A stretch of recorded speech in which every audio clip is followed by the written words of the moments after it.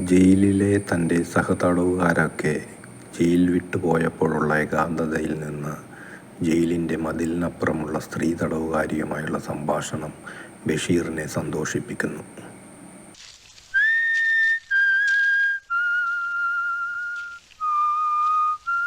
ആരാ അവിടെ ചൂളം അടിക്കുന്നേ?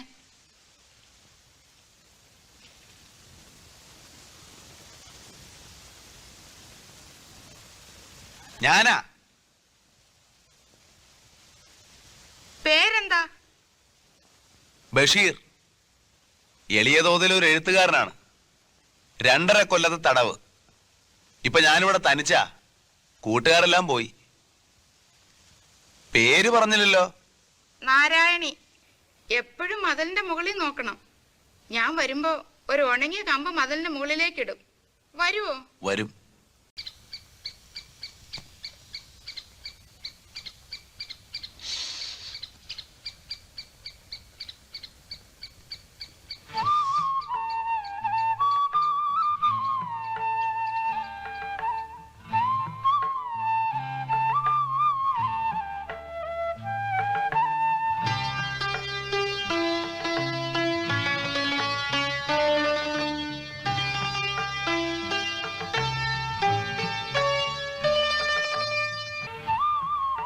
നാരായണി,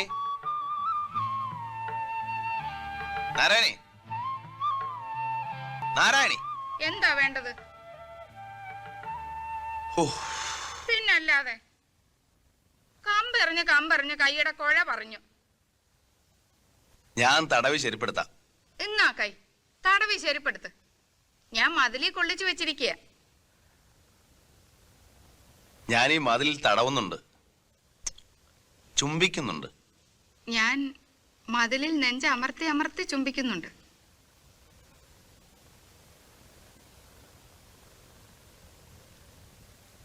നാരായണി, അവിടെ എത്ര സ്ത്രീകളുണ്ട്? ഞാൻ മാത്രമേ ഉള്ളൂ. കള്ളി പെണ്ണേ, നേര് പറയൂ, എത്ര എണ്ണം ഉണ്ട്? കുറേയുണ്ട്. എല്ലാം പടുകിഴവികളാ. എത്ര? 87. സുന്ദരികൾ എത്ര? കിഴവികൾ എത്ര? ഒരു സുന്ദരിയും 86 കിഴവികളും. നിങ്ങളുടെ ജയിലിൽ റോസാ ചെടികളില്ലേ? ഇല്ല, ഒന്നുമില്ല. ഞാനേ, കേൾക്കുന്നുണ്ടോ? കേൾക്കുന്നുണ്ട്. നാളെ ബജ്റ വറുത്തത് ഒരു സഞ്ചിയിലാക്കി ഇട്ടു തരാം. ചക്കര ചേർത്ത് തിന്നണം. തിന്നുവോ? തിന്നാ.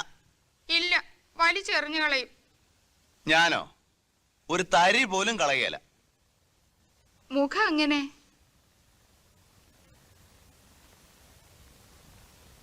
ഒരു ശകലം നീണ്ടു വെളുത്തതാണ്.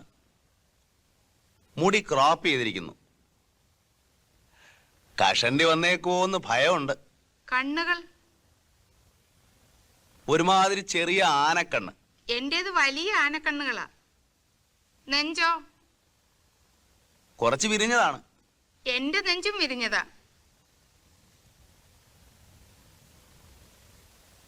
എന്റെ അരക്കെട്ട് ഒതുങ്ങിയതാ. എന്റെ അരക്കെട്ട് എങ്ങനെയുണ്ടെന്നോ പറയാൻ മനസ്സില്ല. വീപ്പക്കുറ്റി പോലത്തെ. എനിക്ക് മാന്തി പൊളിച്ച് കീറാൻ തോന്നുന്നു. വൈകാതെ ഇരുവരും തമ്മിൽ കാണാനുള്ള തീയതി ഉറപ്പിക്കുകയും ചെയ്യുന്നു. അപ്പോഴേക്കും ജയിലിൽ നിന്ന് വിട്ടയക്കുന്നു. തന്നെ വിട്ടയക്കേണ്ടിയിരുന്നില്ല, മറിച്ച് ജയിലിൽ തന്നെ കിടന്ന് അവളെ കാണുകയായിരുന്നു ഭേദം എന്ന് തോന്നുന്ന ഒരവസ്ഥയാണ് ചിത്രത്തിലെ നായകൻ്റേത്. നാരായണി. എന്തോ? എന്ന്? ഇന്ന് തിങ്കളാഴ്ചയല്ലേ? വ്യാഴാഴ്ച പകൽ 11 മണിക്ക് ഞാൻ ആശുപത്രിയിൽ ഉണ്ടാവും. വലത് കവളിൽ കറുത്ത മറുക്. മറക്കല്ലേ? മറക്കില്ല. എന്റെ കയ്യിലൊരു ചുവന്ന റോസാപ്പൂവ് കാണും. ചുവന്ന റോസാപ്പൂവ്? ആ.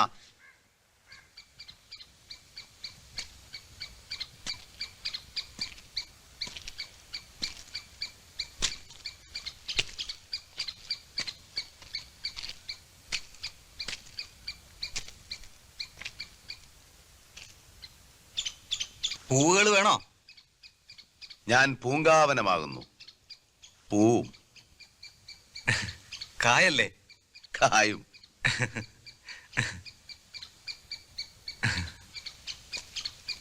ദാ.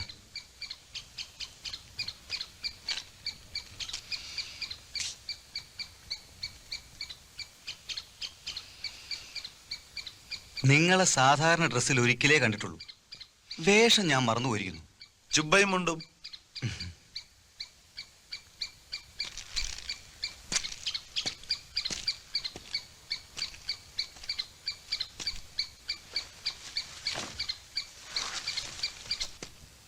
മുഷിഞ്ഞു പോവും.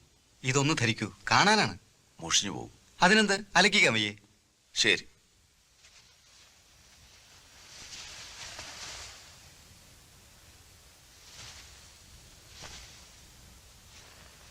എപ്പടി? കൊള്ളാം. You can go mister Basheer. You are free. Why should I be free? Who wants freedom? നിങ്ങളെ വിടാൻ ഉത്തരവായിട്ടുണ്ട്. നിങ്ങൾ ഈ നിമിഷം മുതൽ സ്വതന്ത്രനാണ്. നിങ്ങൾക്ക് സ്വതന്ത്ര ലോകത്തിലേക്ക് മടങ്ങാം. സ്വതന്ത്രൻ? സ്വതന്ത്ര ലോകം? ഏത് സ്വതന്ത്ര ലോകം? വേറൊരു വലിയ ജയിലിലേക്ക് വേണമല്ലോ പോവാൻ. ആർക്ക് വേണം ഈ സ്വാതന്ത്ര്യം? രസിക്കാനായി ഒരു സിനിമ കാണേണ്ടത് എങ്ങനെയോ അങ്ങനെ തന്നെ വേണം ഈ ചിത്രവും കാണാൻ. ഉദാഹരണത്തിന് ഗോളാന്തര വാർത്തകൾ എന്ന ചിത്രം കാണുമ്പോൾ നാം അതിലെ റിയാലിറ്റി നോക്കിയാൽ ചിരിക്കാനായെന്നിരിക്കില്ല. അതുപോലെ തന്നെ വേണം ഈ ചിത്രവും ഇരുന്ന് കാണാൻ. ഒരു വിചിത്രമായ ലോകം പോലെയാണ് ചിത്രത്തിലെ ജയിൽ. അന്നത്തെ കേരളത്തിൻ്റെ സാമ്പത്തിക സ്ഥിതി അനുസരിച്ച് 3 നേരം ആഹാരം കഴിക്കുന്നവർ തന്നെ കുറവായിരിക്കും. അതൊക്കെ കഴിഞ്ഞാവുമല്ലോ പഠിപ്പും വായനയുമൊക്കെ. എന്തായാലും ഒരു എഴുത്തുകാരന് ഒരിടത്തും കിട്ടാത്ത ബഹുമാനമാണ് ചിത്രത്തിലെ ജയിലിൽ നൽകുന്നത്. ബഹുമാനം എന്ന് പറഞ്ഞാൽ പോരാ, വല്ലാത്തൊരു ആരാധന തന്നെ എന്നു തന്നെ പറയണം. പട്ടിണി കിടന്നു ശീലമായ എഴുത്തുകാരനായി എത്തുന്നത് നല്ല ആരോഗ്യവാനായ മമ്മൂട്ടിയാണ്. അവിവാഹിതനാണ് നായകൻ. പ്രായം ഒരു 35 കൂട്ടാമായിരിക്കും. മമ്മൂട്ടിയാണ് നായക വേഷം ചെയ്യുന്നത്. സിനിമ എപ്പോഴും ജനങ്ങൾ കാണണം. പണച്ചെലവുള്ള കാര്യമാണ്. അതുകൊണ്ട് തീർച്ചയായും താരമൂലം നോക്കാതെ വയ്യ. നല്ല നടനാകുമ്പോൾ സംവിധായകന് പണി കുറയും. സംഭാഷണങ്ങൾ വളരെ വിചിത്രമായും തീരെ സ്വാഭാവികമല്ലെന്നും തോന്നാം. അതാണ് അങ്ങനെയൊന്നും നോക്കാതെ ചിത്രം ആസ്വദിക്കുകയാണ് വേണ്ടതെന്ന് ആദ്യമേ പറഞ്ഞത്. 2 മണിക്കൂർ അടുത്തുള്ള ചിത്രത്തിൽ അവസാന അരമണിക്കൂറിലാണ് നാരായണി പ്രവേശിക്കുന്നത്. അതുവരെ ജയിലിലെ വിശേഷങ്ങളുമായി നീങ്ങുകയാണ് ചെയ്യുന്നത്. ചിത്രത്തിലെ പ്രധാന വിഷയം നാരായണിയും ബഷീറും തമ്മിലുള്ള പ്രണയമാണെന്നിരിക്കെ അതുതന്നെ വേണമായിരുന്നു തിരക്കഥ എഴുതുമ്പോൾ നിറഞ്ഞു നിൽക്കേണ്ടിയിരുന്നതും.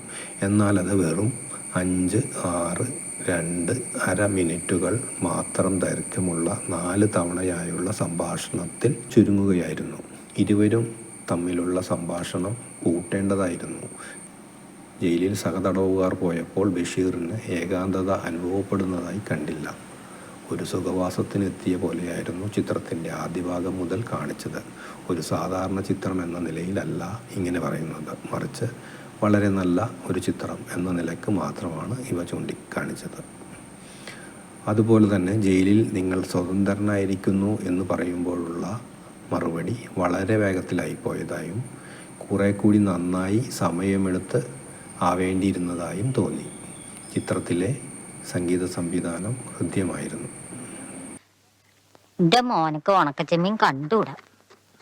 പണ്ടൊക്കെ തിന്നാൻ കൊടുത്താ 100 കുറ്റ. അതുകൊണ്ട് ഉപ്പ പണിക്കച്ചെമ്മീനും കരിമീനും വാങ്ങിയിരുന്നുള്ളൂ. ഇപ്പൊ എന്റെ മോനെ എന്ത് കൊടുത്താലും തിന്നും. ഒരു കുറ്റം പറയാണ്ട് എണീച്ച് പോണത് കാണുമ്പോ കരല് പിടയ്ക്കുക. പഴയതൊന്നും പറഞ്ഞിട്ട് കാര്യമില്ലമ്മ. കുടുംബം രക്ഷപ്പെടണമെങ്കിൽ ഒറ്റ വഴിയുള്ളൂ. അവൻ എങ്ങനെങ്കിലും നാട് വിട്ടു പോണം.